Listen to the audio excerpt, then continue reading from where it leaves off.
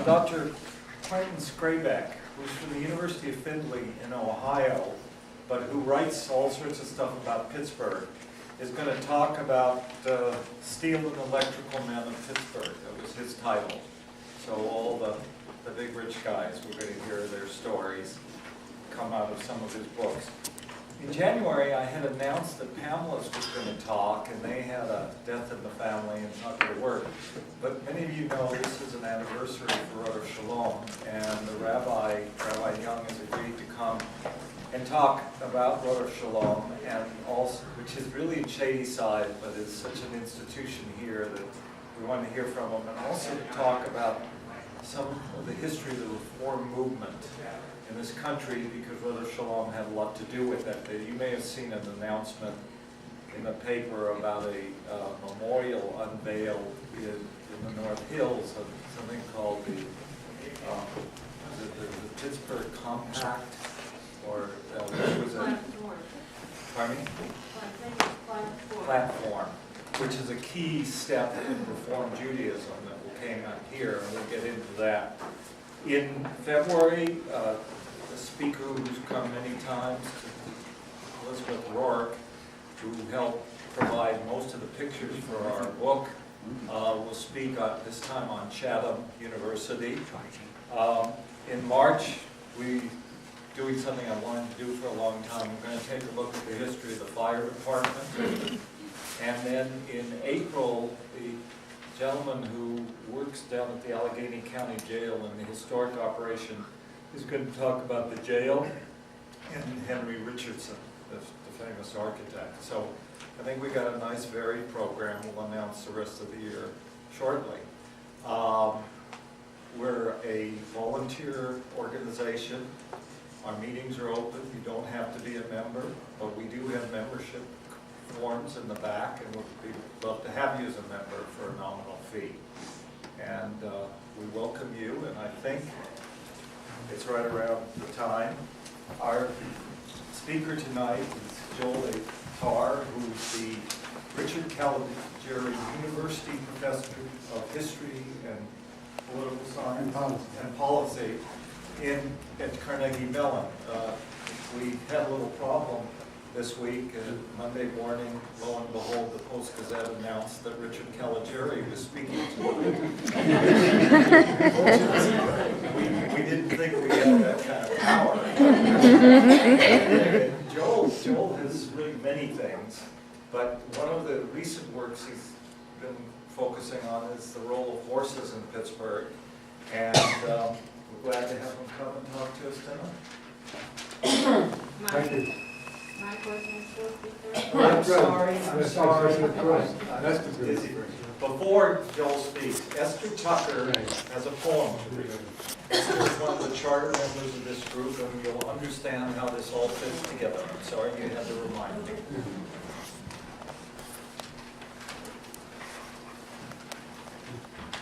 This was written several months ago. It was in the Post-Gazette in March. Oh, thank you. The horse trot. I remember horses on Beechville Boulevard. Horses trotting, young girls laughing in the saddle. Horses plodding, pulling bread trucks, milk carts, stopping to drink at the stone trough across from the cemetery. Fresh water, always sparkling, filled the trough to refresh the young horses, the old horses, trotting, plodding down Beechville Boulevard. The horses are gone. No water fills the old trough now. But in summer, caring people plant flowers there, flowers to refresh the heart. I once bloomed with youth, gave nourishment, laughed sparkling with my children long ago. But still I think there are flowers in my heart to refresh a little people around me. And sometimes on Beechville Boulevard, I hear hoofbeats, stopping for the sparkling water in the old stone trough.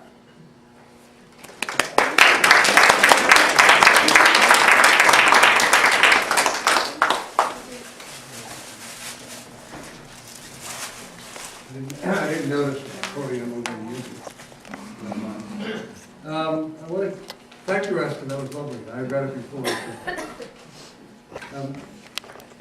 I published a book this June with a co-author called Horses in Cities. Horses in Cities. Living machines in the 19th century. And I think I need the light so I can read my notes. I need sunlight so I can read my notes. Then after I got to publish the book, I looked at the amount of material I had on Pittsburgh, and in the book we had looked at New York City, Boston, and Pittsburgh, as well as a few other cities. I said, my goodness, I have enough here for practically a separate monograph on Pittsburgh, without necessarily, duplicating too much that was in the book. So I began to put some things together. First of all, I was planning an article for the Pittsburgh History magazine, but I've been talking to Esther for a while. Esther's been trying to get her to come and talk about the history of Squirrel Hill here for quite a while. And I said, Esther, I lived here for 40 years, but I don't know very much about Squirrel Hill. I mean, in historical depth, I've done some work in specialized work in transportation maybe, but not too much else.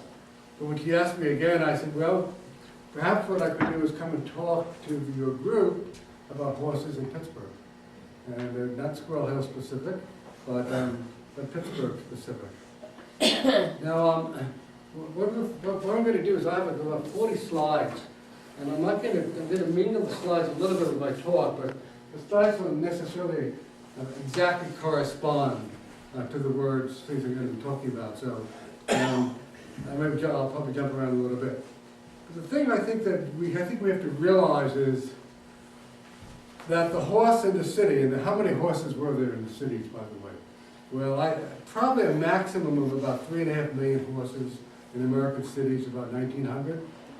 And that's out of a total of about 21 million horses, because the great majority of horses were on the farms. How many horses did Pittsburgh have? Well, I calculated about 14,000 in 1900. That was probably about its maximum, 14,000 or so. It was hard to tell exactly how many there were, because by 1900, many of the horse cars are gone.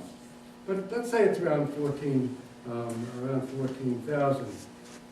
And one of the things that I think that we have to realize is that while we like to romanticize the horse, and we talk about wonderful horse trails in Assembly Park, and we talk about Seagate and all Black Beauty and all these other things, they were the exception. Really, the great mass of horses were working horses. They were really what I call living machines. That is, they served the same function to the society, and to the cities and in the rural areas also, as machines did, as a power source. And one 18th century authority on horses said this. He said, he sought to discover the animal which was the best machine for turning food into money. That's basically what horses were doing with it, turning food into money in different ways. That's true, of course, that horses were also valued for their uses in leisure activities such as riding and racing. And there's if you look at some of the 19th century memoirs of Pittsburgh figures, you find they often talk about exploring the city and the region by horseback, and about the wonderful scenes that they saw when they did that. There's no doubt that the elite kept and enjoyed fancy horses, and parading one horse in Squirrel Park, as I said, was a very popular activity at the turn of the century. And we had different clubs that were involved with using horses and parading horses. I think that's the right way to express it, such as the Shenley Matinee Club or the Crafting Club, very popular clubs among the elite. But as I said, the great mass of horses were working horses, engaged in a whole range of intra-city activities. Obviously, they pulled omnibuses and horse cars. They hauled heavy freight and household goods on drays and wagons, and they powered machines and equipment of various kinds. And when we look at Pittsburgh, and I'd like to start off with this slide, this image.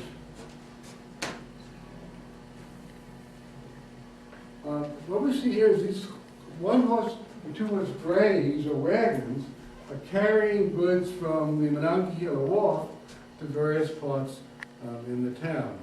And very early on, you find in the various chronicles that are written, such as Harris's directory of 1837, comments of a great number of horse-drawn drays and wagons that move goods around the city from the Monongahela Wharf to the Canal Basin and back and forth.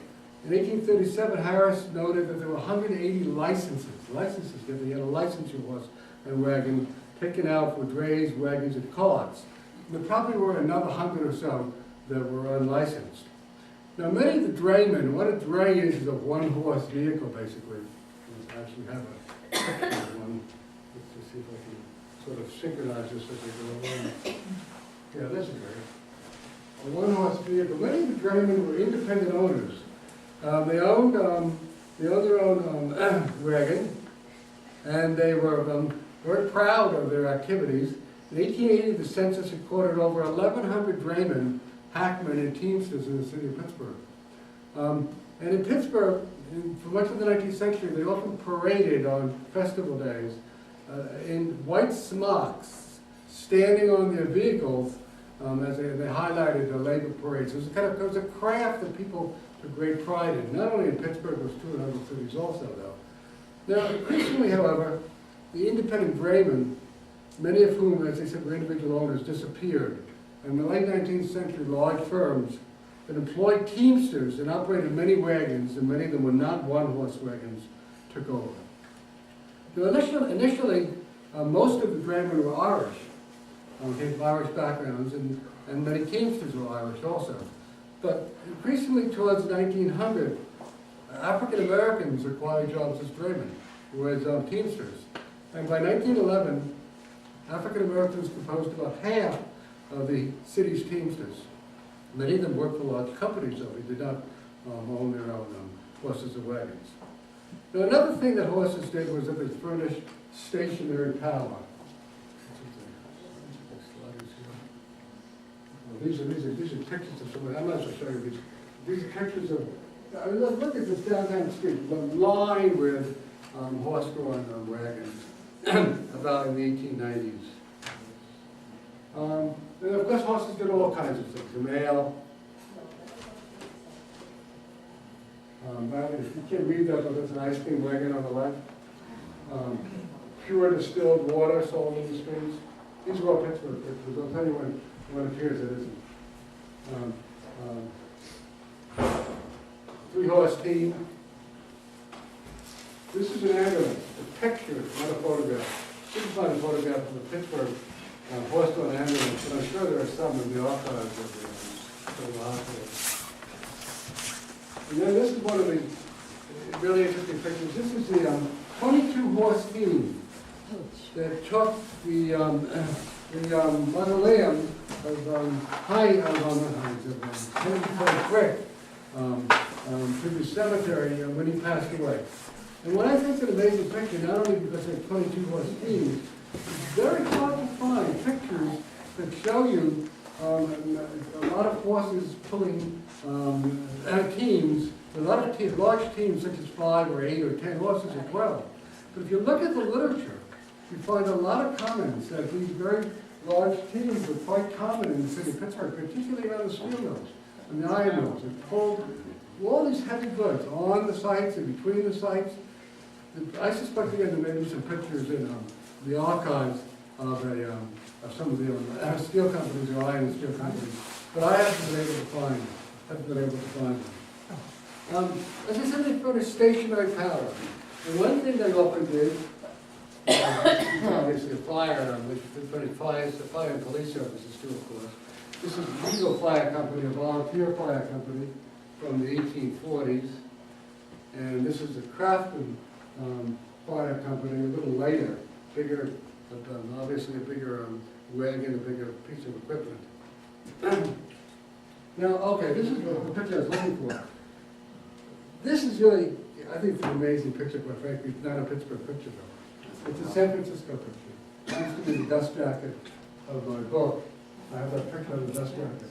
But these horses were operating what was called a horse whim, and they were furnishing power to move that house in San Francisco. In San Francisco. Now there is a picture somewhat similar to this, but not as impressive, of moving the Heinz house from one place to another in about 1900. I saw it at one time. I've not been able to find it. If any of you know where that picture is, you might tell me. It's not in the Historic Pittsburgh collection. It doesn't seem to be at the Historical Society either. But the point of that we're talking about here is that the powering of a capstan, to furnish power, to move things around the city is very common. But capstans were also used to operate hoists of various kinds. They're very commonly horse-powered capstans or rims, as they were also called. They were used on the docks. They were used in warehouses to move things. You have to think of the horses having some of the characteristics of the small electric motor that can be moved around easily from place to place, as opposed to the steam engine, which is very big and clumsy. So horses furnish a kind of mobile power that can be transferred throughout the city to be put to use. Another thing where the horses were used to furnish power was the horse ferry. This is not a Pittsburgh picture, unfortunately. And I don't think we have a picture of a Pittsburgh horse ferry. But there were horse ferries here. There were probably at least 4 horse ferries in existence before the Civil War. I found in the 1837 directory that a Mr. N. Whitfield, a Birmingham tavern owner and coal merchant, operated a horse ferry from the south side to Pittsburgh. And Jones Ferry, which is a very famous Pittsburgh ferry, began ferrying passengers from Liberty Avenue to the south bank of the Monongahela River in 1813. In the beginning, they propelled the ferry using human power, using oars or poles. But in 1840, they replaced the human power with horsepower. And they used horsepower with 2 blind horses driving a horizontal treadmill. And we do have a lot of pictures of these horses driving treadmills in other cities and other places. There's actually a book that came out several years ago just on horse ferries. And it was a very, as I said, a very common kind of thing. It lasted well, in some places well into the 20th century. So they're very common in river cities. Now, one of the things, as you well know, is if you live in the city and you're not growing your own food, you have to have food. And of course, food was fuel for the horse. You had to turn that horsepower into money.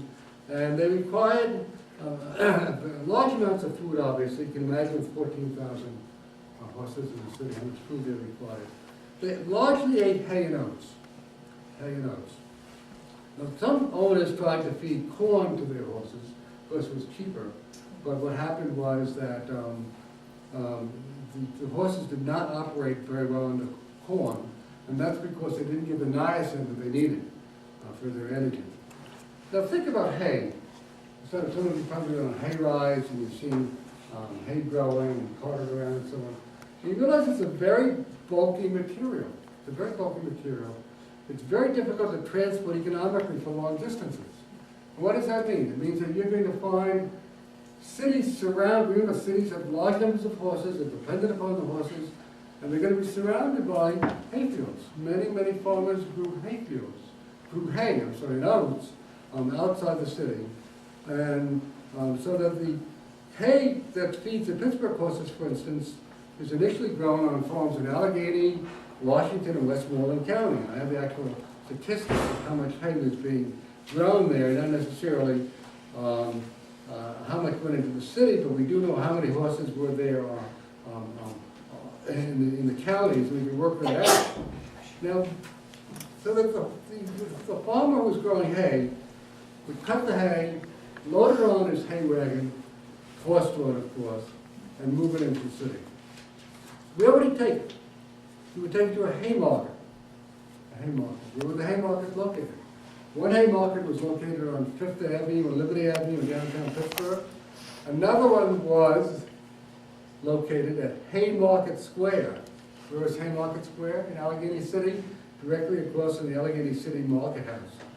So there were other places in the city also where we're going to see hay is going to be sold. Let's see what I have here. The next picture. Well, this obviously horse needs horseshoes and nails and so on. This is a horse showing establishment on Bigelow, not Bigelow Boulevard, it's on Liberty, Liberty Avenue. Okay, let me just, I'll get to this in a second. Okay, now, so let's take a look at the question of feeding the horses and the way the hay market operated. City ordinances regulated the sale of commodities such as hay. And at the markets, you would have an official weigher. Hay's title is actually city weigher, whose scales were regularly tested by the city sealer of weights and measures, city sealer of weights and measures, who weighed the products brought in for sale, just to make sure the scales were accurate. And so you have here this hay coming in from the surrounding farms, so weighed at the market, priced at the market according to a city ordinance of some kind, and then sold to all people that had individual horses, to livery, those who own livery stables, and other kinds of horse uses. Hay nuts were also distributed, however, through so-called feed stores. It wasn't only the big market, there were also many feed stores. And as the number of horses used for freight transportation increased, the number of stores grew, feed stores grew. One of the interesting things we found was that as the nation's railroads grew, and we had more and more rail transportation, rail transportation is primarily intercity, not intercity. The demand and need for horses within the city itself increased tremendously. Because once you got the freight you were carrying from wherever it was to your city, to your freight station or whatever, it had to be moved around the city. How did you move it? You moved it with a horse-drawn vehicle, a horse-drawn wagon. So that meant that it seems almost counterintuitive, doesn't it, that as the country becomes more and more dependent upon steam and steam engines, it also needs more horses, but it was certainly true. So in 1857, the Pittsburgh chronicler, George H. Thurston, who wrote a number of wonderful books on Pittsburgh, wrote, and I quote, "The sales of hay, corn, chopped stuffs, and such articles of horse and cow feed, consequent upon the great number of drays here, have given rise to a number of establishments called feed stores." And what Thurston in 1857 listed 9 principal feed stores that handled about half the city's trade, retail trade in hay, oats, and other feed stuff. By 1876, Pittsburgh's population had grown a great deal. It was about 150,000 people. It had 64 flour, grain, and feed establishments.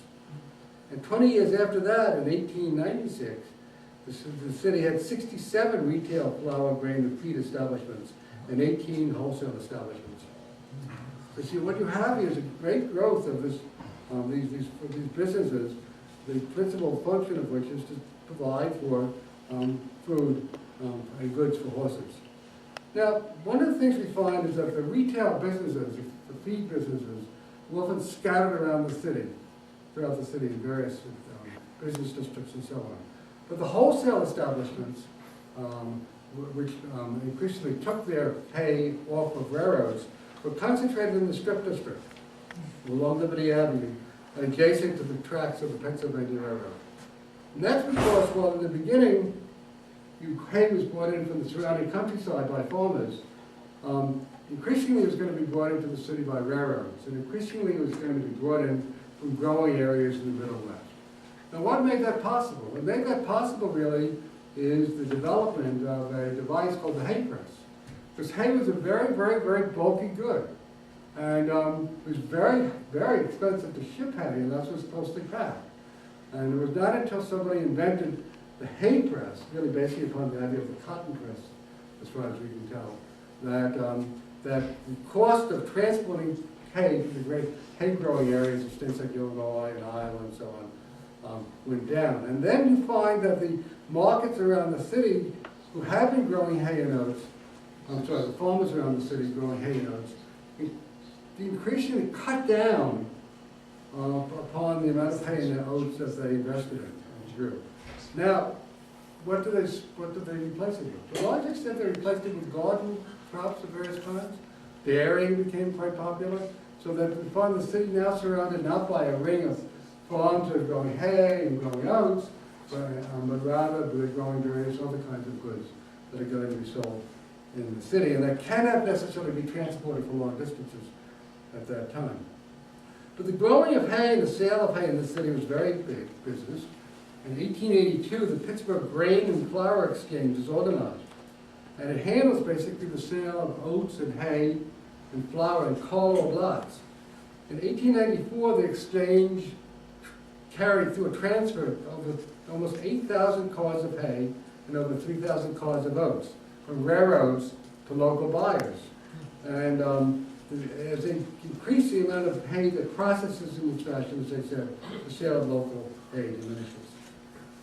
Now, the presence, obviously, of a large urban horse population stimulates the growth of a large number of businesses and industries. And these businesses and industries that are growing, going to grow in the city, are both oriented towards the local market, but also oriented towards the export. And as you know, Pittsburgh was a great iron and steel center, and an awful lot of the goods that they used were iron and steel. Let me just see if I can give you a couple of pictures. Just go beyond this for a second.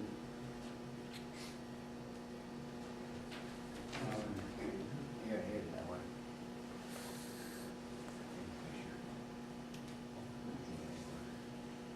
This is a hay press, a picture of a hay press. And this is a hay market, not a Pittsburgh hay market, unfortunately, it's a Chicago hay market. That was on the Pittsburgh, on the post on. But you can imagine that the Pittsburgh hay markets look something like this, although not as large. And of course, well, we did have a lot of labor problems. We didn't have a hay market riot. I'm really confusing things a bit. I'm just going to go back if you don't mind. I'm going to show these. I'll show these separately, if you don't mind. Let me just finish what I'm talking about here. I should have tried to synchronize this better, but the slides I had didn't necessarily fit the outline of what I want to talk about. But I was talking about horse-related businesses. And the horse-related businesses are very, very extensive. As I said, some also just for the local market and some for the export market.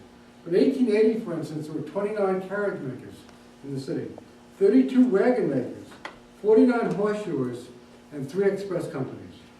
Plus, there were retail stores that provided showrooms for various kinds of horse-fulfilled devices. Yes? I just want to point out, that's Homewood Avenue, that's Homewood and Kelly down in Homewood. Oh, yeah. This one right here. Yeah. Okay, thank you. You might be somebody who grew up on Yeah, Homewood. I don't necessarily, I can identify some of these places. Yeah, Some of them are not identified in the, on the picture. Now this one, I think that's from 1908.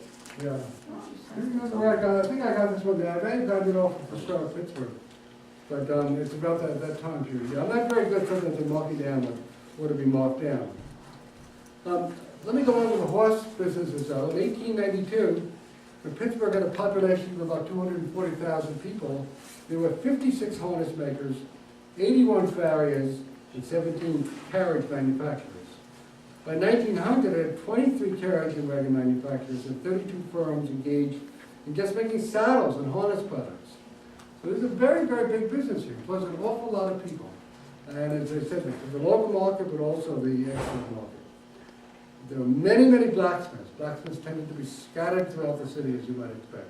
I showed you that earlier picture of a blacksmith shop in Bloomfield. But there were also 3 whip makers, for instance. 3 factories that made whips. There were horse blanket makers. There were just a huge variety of things, horse rakes, et cetera, et cetera. And so, as we said, you have to think of it in terms of the automobile. Think of all the various activities, retail activities and wholesale activities, stations, and gasoline stations and so on, repair stations supported by the automobile. And just put the horse in that equation rather than the automobile.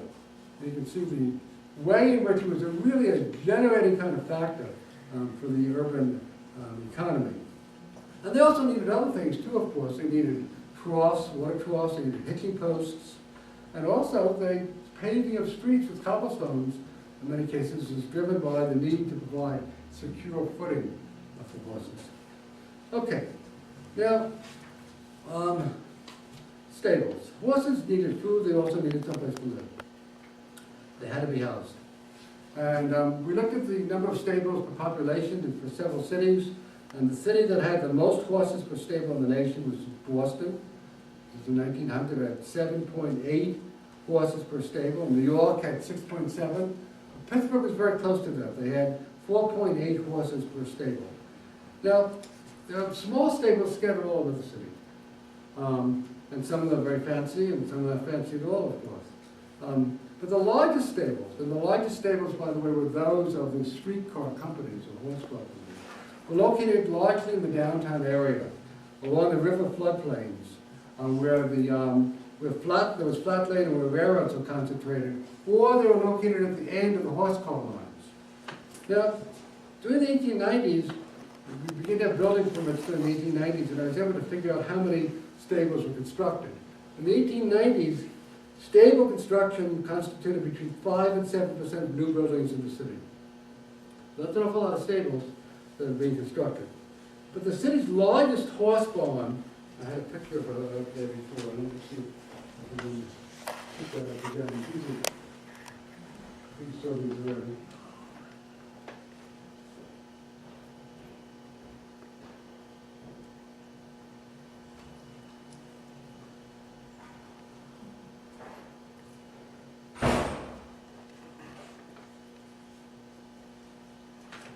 The city's largest horse barn and horse marketing place was in East Liberty.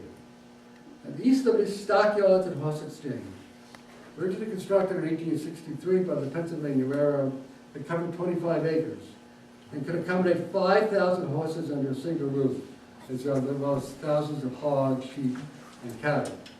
Now, over time, the Pennsylvania Railroad begins to move out towards the late 18th century. And they eventually moved their cattle facilities to Hares Island. Of course, you know, Hares Island was had these abattoirs and so on. But some of the horse selling facilities remained in East Liberty until the early 20th century. There was another large horse sale barn in Pittsburgh on 2nd Avenue, the Arnheim Livestock Company. And then there's also a Pittsburgh Horse Exchange located on Duquesne Way. Because think of them as very big horse dealers or very big automobile deliverers, if you will. Now, livery stables, what do you compare a livery stable to? You compare it to, I guess, an automobile rental agency. But there were even more of them because the number of people that own their own horses in the city is relatively small. But if you needed a horse, what you did was you went to a livery stable. In 1892, there were 82 livery stables in the city. They were scattered in many places throughout the city, and you can read their advertisements in the city directory. Some of the advertisements are very interesting, business directories. For instance, there was a stable, a livery exchange stable on Penn Avenue, 174 to 184 Penn Avenue, which is downtown. And they said they were classed with the largest in the U.S. and were equipped in a most approved and thorough manner. Or a fellow by the name of Mr. Kennedy from Caliguiri City operated a 20-horse, comfortable stable that supplied plenty of good food and boating, and the best attention is guaranteed by careful and experienced grooms to all horses taken on board. Somebody else boasts that their stable is perfectly lighted and drained and ventilated, and so on along the line. But the stables that are the most elaborate in the city, that are really luxurious quarters for horses, of the stables of the H.J. Heinz Company.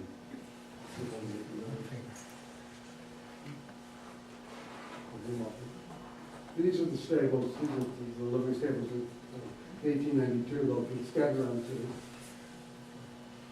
Oh.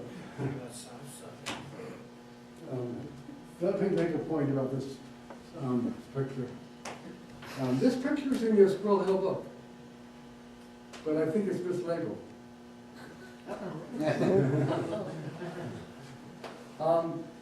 This is a unique Pittsburgh phenomenon as far as you can see. That was a combination of livery stables with undertaking establishments. There are many, I have the numbers. down here about that. In 1892, the Pittsburgh City Directory listed 82 livery stables, I said that already. 20 also provided undertaking services. And of the 48 undertakers listed, 20 provided livery service. In New York City, they wouldn't allow that. In Boston, they didn't have that either. So here for whatever reason, I don't know what the reason was, but it was a kind of unique kind of phenomenon. This is at East Liberty livery stable. But you can see the livery stable, and above that, undertaking and embalming. And then the two hearses in front. Now, as I said, though, the Heinz stables are the most elaborate.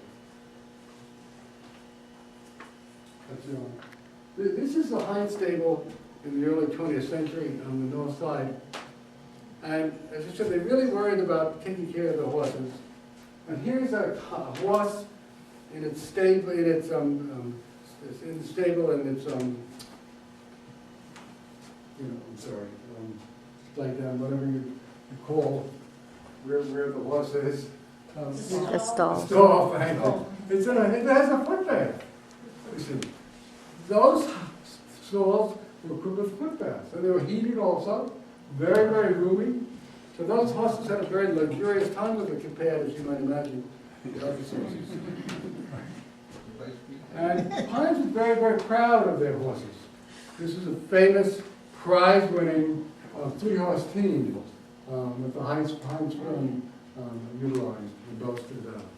Now, I don't know if you saw just a few weeks ago, a couple of months ago, there was something in the Post-Gazette about the last Heinz horses have been retired.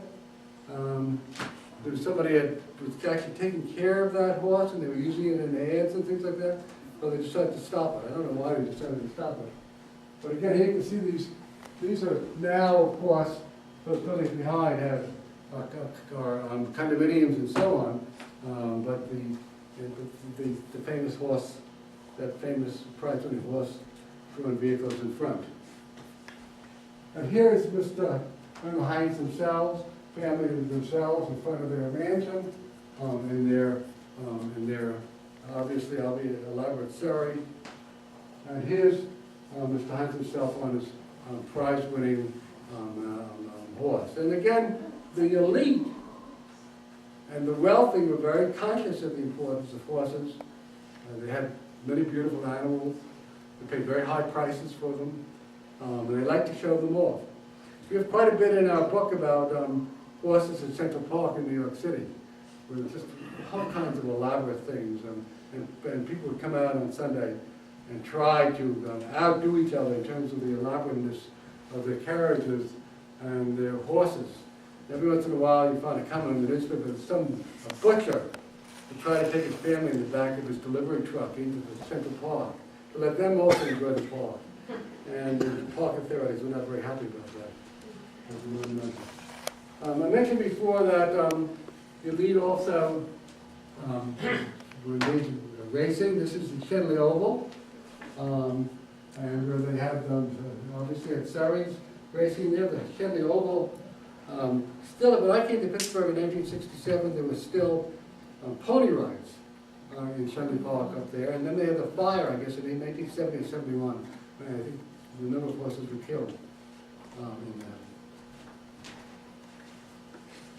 Okay, before I want to talk about this, I want to just go on with a couple of other points. Let's stay with the point about fires. Stable fires were ubiquitous. And they were ubiquitous because you had so much material that burned so easily. Hay, you see, materials like that, lanterns and things like that. And we found in the New York City papers, for instance, that in about a 30-year period, there were almost 400 stable fires scattered around the city. Unfortunately, none of the Pittsburgh papers have been digitized yet. I'm sure we'll find a lot of fires too. And in 1906, 1907, the Allegheny City Fire Department, in its annual report, reported that stable fires were responsible for a majority of the 360 alarms that they had from Allegheny City. Was a separate city at that particular time. So that's quite a serious, dangerous kind of thing. Now, Horses.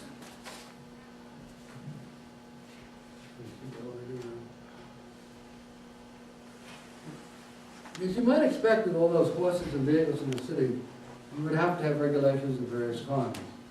And one thing they had, for instance, was where you could tie your horse up. There were limitations on where you could park. There were also limitations on speed. And there was also licensing of vehicles. I find it very hard to understand how they could enforce the speed regulations. No horse could travel more than 5 miles an hour. How would they have known that? But they did have them. They did have regulations. And so they, as I said, a number of things. For instance, an 1816 ordinance forbade the shoeing of horses in the street. Can you change your tire in the street? I guess you can. You can do that. You couldn't shoe your horse if you're not dropped a shoe in the street. An 1879 ordinance forbade the tying of horses or mules near any tree. Well, why would they do that? You might think you would tie your horse up to the tree. Well, that's because the horses ate the bark of trees. I have a picture to show you what they could do. Later ordinances regulated, and this has a sanitary implication, the distance of stables from homes and the collection of manure. And so, you know, it may seem very romantic to have your home next to a barn or a stable, and you go and pet Black Beauty, but obviously horses produced a large amount of manure, on the average of 25 to 35 pounds of manure a day, and over a quart of urine, and so there's many things that raise the sanitary concerns about stables. But it was not only the fact that the manure itself smelled. In the pre-germ theory period, they actually believed that miasmas, bad smells, could make you sick. So that was one thing. But perhaps the worst thing about the piles of horse manure that existed in many places was that they were the breeding ground for flies. And flies are the carriers of many acute kinds of diseases, whereas, as far as we know, the only disease that's transferable from horse to human is glanders. Okay, now,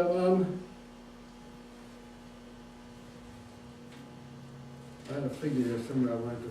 Oh, yeah, in 1894, the chief Pittsburgh sanitary inspector reported 418 manure heaps in violation of the city ordinance. Now, manure could be a very valuable commodity, though, and early on, farmers would come into the city and collect the manure. They would buy it in some cases, too, from the livery stable. But as city traffic grew and grew, the manure often was ground up, and it wasn't worth very much anymore. And it became just a nuisance more than anything else. Another sanitary problem that horses posed was if they died, just like any living thing dies, they would die in the street sometimes, though. And then you had a problem about removing the horse. Now, much depended upon the kind of recycling industry you had in your city, and how quickly the dead horse was going to be removed. Because a dead horse was a valuable commodity in itself. You played its leather, its hoofs, and so on. So in Pittsburgh, you know, you had this back and forth between contractors and so on. Sometimes it worked, and sometimes it didn't work. Now, all right, let's go back. I keep on getting to the transit slides, so we might as well show them. By the way, I might just tell you what these are. These are some pictures from the Pittsburgh centennial exhibit in the early 20th century. And the thing that struck me about these pictures is that they show these wonderful horses, obviously, putting displays. But it's the things that they're showing. Here you have a modern blast furnace. That's what they say, modern blast furnace, right there. Walls, accessories, making steel in the most modern way. Well, what's it pulled by? It's pulled by horses. It's pulled by the power is being furnished by an animal that have been around for thousands of years.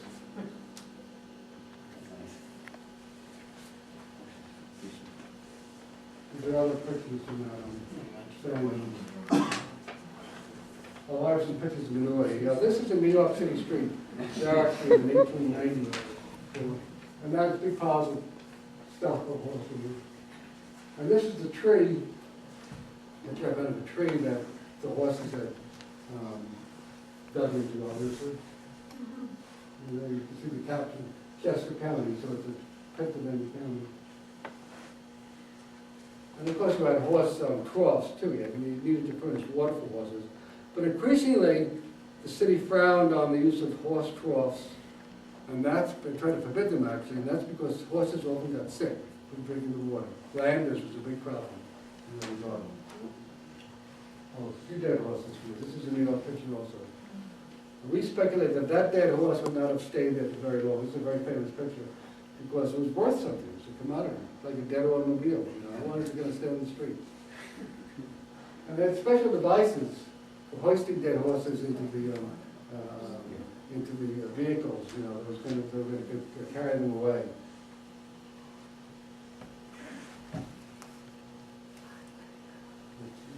Oh, no, I've gone too far. Let me just go back. Sorry about this. The first time I've given this, and I've not really managed to synchronize it very well.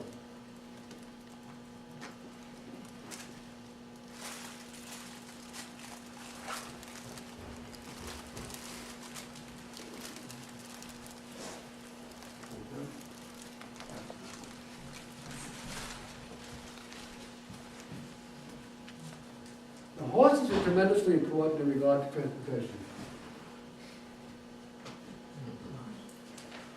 Wine at the tongue sometimes.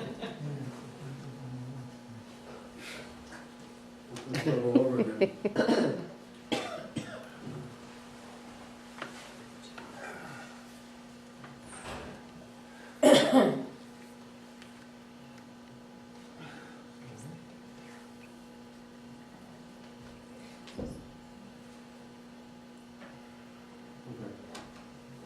The first form of horse-drawn public vehicle, public transportation, is the so-called omnibus. In the first place, it's developed in Paris, and then in the early 19th century, omnibuses begin to appear, and omnibus lines begin to appear in cities like New York, Philadelphia, and Boston. The omnibus, or horse-drawn bus, doesn't come to Pittsburgh until the 1830s. In New York, they had it in 1832. Pittsburgh not until the 1840s and 50s. By the 1850s, the city had 4 omnibus lines that went from the downtown of the center city to contiguous towns, which are still separate towns, like Lawrenceville, Minersville, and the Hill District, Oakland, and Allegheny City. And because the topography of Pittsburgh is so rough and it doesn't make it very easy to get around, they tended to follow the routes that have been used by earlier coach lines. Now, the omnibuses were usually pulled by 4 horses, and they seated between 12 and 20 people, and they charged about 12 cents.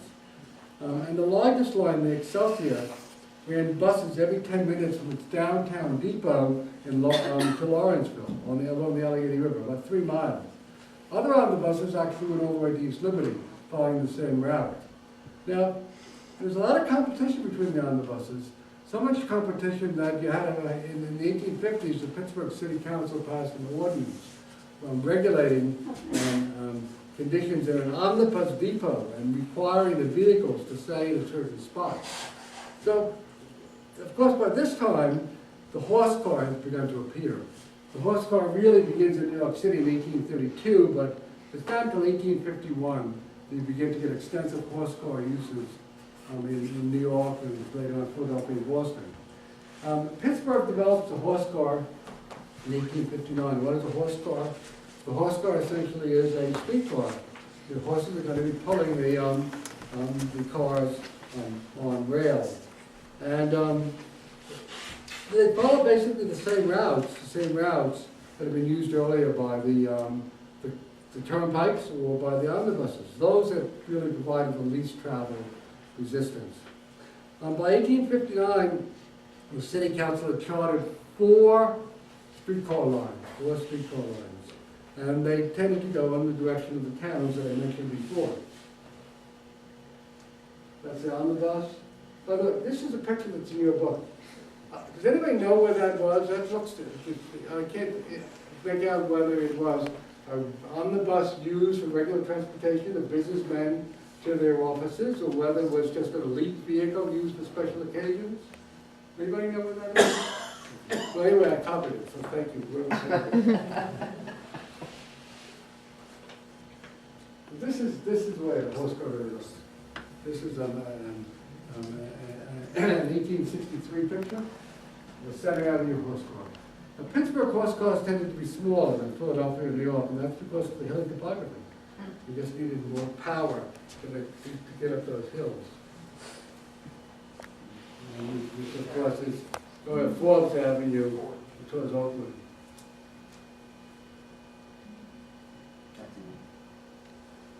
Citizens Passenger Line, which is one of the largest in East Liberty route.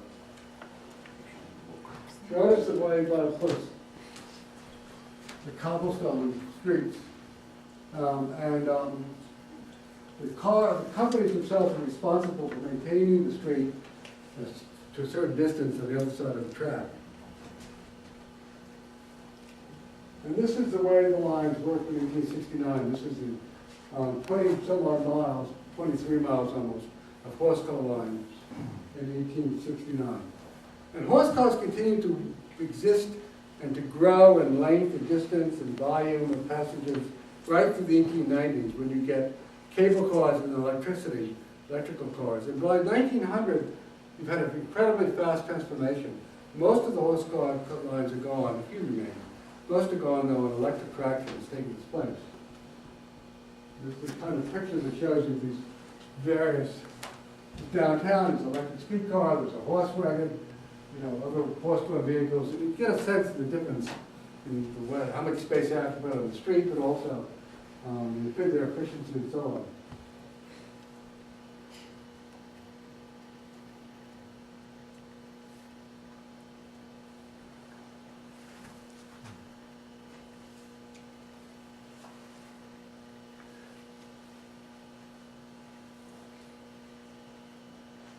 This is a Pittsburgh sesquicentennial.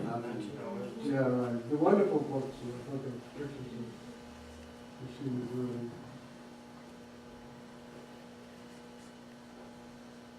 You could roll on this a little more if you wanted. This is Liberty Avenue. All right, now, the point I want to make here at the end here is the way in which you began to find city streets increasingly crowded with more and more traffic of vehicles moving at a different speed. Vehicles moving, you'd be propelled by different sources of power. Horses, electricity, and why is that doing that? That was me. And this picture, which comes from the 1921 volume, I think is particularly illustrative of the competition that came to exist. Electric streetcar in the back, automobiles, gasoline or electric powered truck, and then a horse-drawn vehicle. And it's almost predictable from this, when you think about these different kinds of vehicles, that the horse is going to become less and less important, but not completely irrelevant. And horses were going to be maintained for a long period of time in certain kinds of situations that required frequent stops and slow delivery, like milk or bread and things like that. From this picture, this is interesting. 6 miles an hour for horses and 15 miles an hour for automobiles and trucks. Again, this is a kind of comparison between the truck and the gasoline-powered truck and the horse-drawn. So this is a picture that I can't fully figure out. I found this may have been in your book too, as a matter of fact, maybe not. And what it says under it, it says a peddler. But I think they're collecting garbage here. Now, when I grew up in Jersey City, in the late 1940s, they were still using horse-drawn garbage trucks. And I think this looks like a garbage can. It doesn't look like a peddler to me. And the horse is also a two-horse team, and they're really very powerful horses. pushing lines or something like that. So if anybody knows the answer to that, I'd appreciate their help.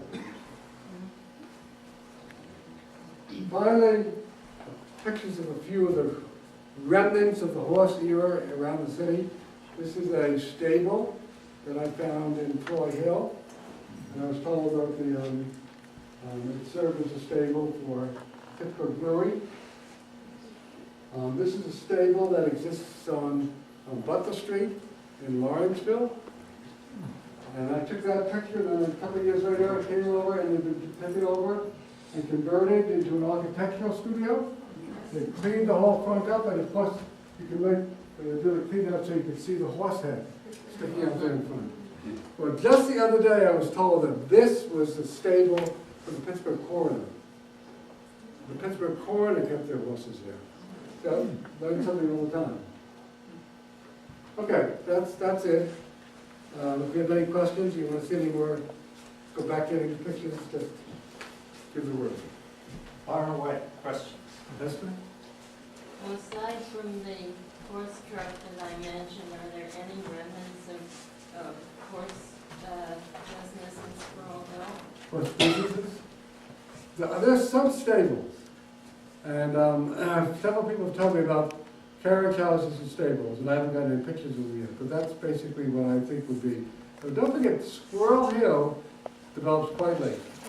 It develops, it's in many ways it's a suburb that is affected as much by the automobile, and the electric streetcar too, but the automobile too. So there would be some horses, but you wouldn't necessarily find the extent of livery stables or work horses and so on. But I'm sure there were some, in the early 20th century. We can go through I've gone through city directories and go through city directories and figure out where they were located. And we can do it, it's possible to do it in that way. It's just a level of detail that I haven't gotten to yet. Yeah. What is the horse trough that you're talking about? Where is that? Well, there is the one that Esther was talking about. Yes. In the town? Yeah, Where is that? you know where Homewood Cemetery is? Yeah. Forbes Avenue, across from the cemetery where Forbes comes very near Beechwood, there's a triangle of green. And it's on the Beechwood side, and it's there, and it's got flowers planted in it, but beside it is a water arrangement, Pittsburgh Water Company.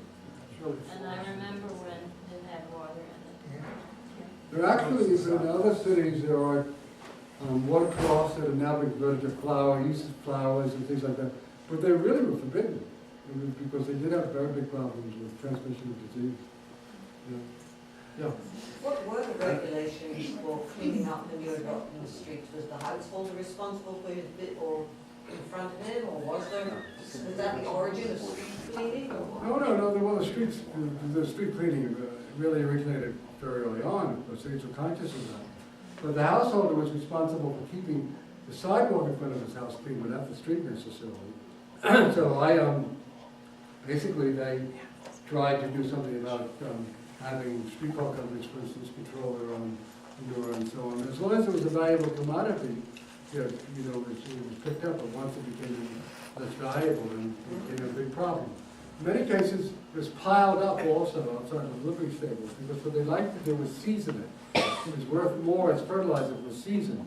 So you have these huge problems with smells. In New York City, there were a number of cases like that. I didn't find any in Pittsburgh, but I suspect there probably were some too. Now, one thing I didn't mention was the fact that the cruelty to the Society for Prevention of Cruelty to Animals in Pittsburgh starts basically because of concern over horses, and its minute books that I've gone through have quite a few descriptions of stables, mistreated horses, and then they shift over to children in the late 19th century. They became worried about mistreatment of children also. Well, another thing, in 1913, a group called the Municipal Reference Bureau was called into Pittsburgh to examine the efficiency of its institutions, governmental institutions. And they found that in 1913, municipal horses, fire, police horses, were very badly treated and badly stable. So, so they began to clean these up after that. And in 1931, the city published a book focusing on the city's horses and bragged about how well they were kept and what wonderful animals they were and so on. And just as they were going out. Well, they did keep them around, you know, for police purposes, of course, for a long time. I mean, an awful lot of, it's felt that mounted policemen were very effective in crowd control. Yeah. Bill, what do you know about the economics of horses? And for example, what did a horse cost in comparison, say, to an automobile today? Could a middle-class family afford a horse? No, there wasn't necessarily the cost of the horse as much as the cost of maintaining the horse in the city. Yeah. You know, it was very, in many cases, prohibitive. So not a lot of middle-class people had horses, you know, and you would find, then there's a question about when you did put the stable, even if you had one, you wanted to keep it as close to your house as you could because of, you know, convenience. But on the other hand, there are other reasons why you didn't want it too close. So if you look through all these guidebooks, there are many guidebooks that are published about horses and carriages and keeping these up and so on. They have different recommendations about that. I don't know, it seems to me that the price of horses varied over time, depending upon the export demand, when you know, exported. At times they were imported, depending upon whether the streetcar companies were shifting over to electricity or not. So prices tended to go up and down. And during the 1890s, where we actually plotted out the changes in the price of horses, there was a depression and the price of horses went way down. But I think that, as far as we can see, you know, no city, be it the middle-class individual or lower middle class, certainly even middle class individual have a horse. So if you were in business, you might have a horse, you know, for making deliveries and so on and so on. But it was an expense. That's the thing. That's what I said. Go ahead. You said that the horses on the horse fairs were blind? Yeah, they use Was blind there a horses reason a for lot. Blind horses are often used in manufacturing activities. And they would go around in treadmills or horse rims or things like that. And blind horses also were in the mines. In fact, horses become blind through their use in the mines. There are many, many blind horses in the mine. Mules too. Yeah. And I'm wondering what would be the advantage of a horse being blind? I noticed your whim ferry has a circular wall up so the horses can't see that they're on the water. I assume that's the reason that wall is. I never, thank you, I hadn't noticed that, but, they're so that they would not be alarmed, but they just keep, you know, just become acculturated to the circular movement. Horses are very susceptible to noises, or to a piece of paper flying, things like that, and so on. So, but if they were blind, they would be far more controllable. They wouldn't blind them deliberately, but blind horses were used extensively. Yeah. I'll contribute something too. You know, those delivery horses probably were wearing blinkers to keep them from panicking too. Yeah, that's Blinkers is just like this, like a bit or a... right. The, But I never use, you see them in the horses now, in Station Square. And, so I'm a middle class person, I'm going to a livery stable. Do I rent by the day? Do I always get, can I take my pick of carriages or? yeah, you have a choice of type of carriage, how much you want to spend. If you want to rent a Chevrolet, you want to rent a Cadillac. I mean, you know, it's your choice. And the different livery stables would also have different character vehicles, and horses too. So there's a choice, you have a large choice there. And it would be for a long, more than 3 hours? I don't know. I suspect people would rent horses for maybe a couple of weeks, maybe for a day, you know, maybe just for the funeral. How many of the inclines accommodated horses? Well, we do know that we have pictures actually of the Monongahela incline, when it had two levels and carried horses and wagons as well as passengers. I think there are several of them. I don't know the exact answer of how many accommodated horses and wagons as well as passengers, but I should suspect less than the majority of them, but some did. And depends upon what was a good. I mean, remember you had coal mining going on top of Mount Washington, So a lot of coal was going back and forth, and it was an advantage to you if you could just load your horse and wagon, take it down the incline and take it to wherever you wanted to go.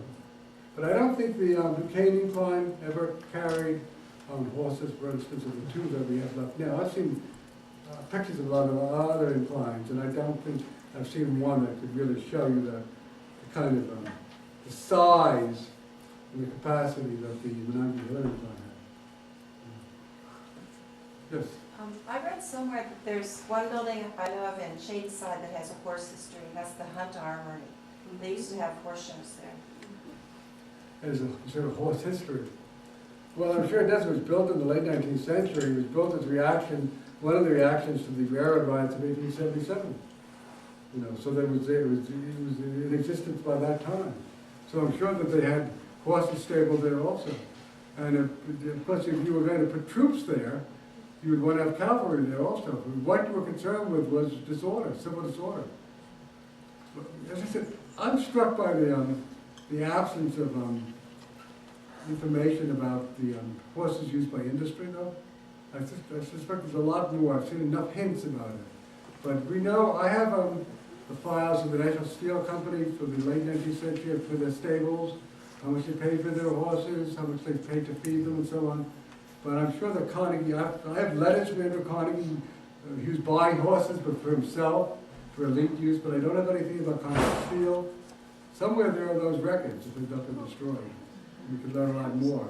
And the horses that they used, of course, for those purposes were much larger, mammoth horses with great capacity. And there's a lot of horse breeding, too. They really worked very hard to try to breed the best horse, highest horsepower horse you could to do those various tasks. Take a couple more. Oh, that's, yeah. One of the pictures you showed, I think it was the Haymarket in Chicago Haymarket. Chicago, yeah. The street was unpaved. Yeah, It was really muddy. yeah. Were most streets like that, and when did they start paving them? Well, they began paving really in the, before the Civil War, streets were paved. That's where they did wooden paving, the plank roads and wooden paving. Then they began to use various kinds of cobblestone was often used, but horses needed to have, they had to get footing. You can still find cobblestone streets in Pittsburgh. You know, there's one right at Murdoch Road. It's very steep, it's cobblestone. Why is it cobblestone?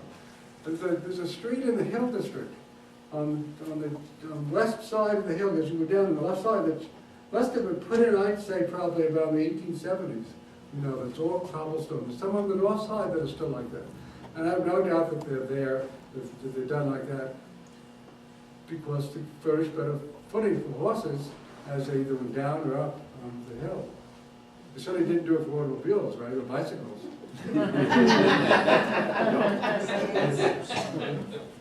But my co-author in the book, Clay McShane, who teaches in Boston, has written a number of articles on the origins of streets and paving and so on. I'd be glad to give you the references if you're interested. Macadam was another very popular kind of street surfacing material used too. Thank you very, very much. Okay.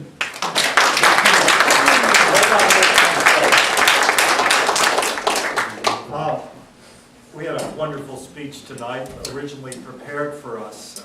You note we got a nice large crowd. We've been having nice large crowds. That's how I can get increasingly good speakers to come, because people like to talk to larger groups. And we've been able, for pretty consistently now, for 2 years, to have over 30 people at every meeting. I just wanted to comment a little about a couple of related issues. The projector that we use tonight is now our own, thanks to folks buying our books, and over 3,000 have been sold. We have we now have our own projector. We're building a video library. We have a problem with the video library. We don't have enough people around to really set it up in a way that we can use it, and we always need more volunteers, but we are building the library. Betty Conley, who's here, is slowly building an archives for this organization. But I just wanted to say, well, lots of good things are happening, many people are coming. There are a lot of holes too. We do not have enough bodies to sort of put out to the public a lot of the things that we're beginning to gather. And Betty would be glad to get donations of additional items from Squirrel Hill. But mainly I want to thank, many of you keep coming every time. I think we do better and better, and it's the result of your participation, and it's much appreciated, and we will see you next month. I want to Thank say, you, thank you very much. if anybody has any pictures of horses or things like that, I'd be very interested in more information about horse places around town. Because I've done the beginning of my research in Pittsburgh, but there's a lot to be done. Yeah, so I'd appreciate anything like that. And since you've sold over 3,000 copies of your book already, and I think I've sold just a few hundred of mine, maybe you want to take over the marketing. Arcadia does that for us. We're not responsible. That's great.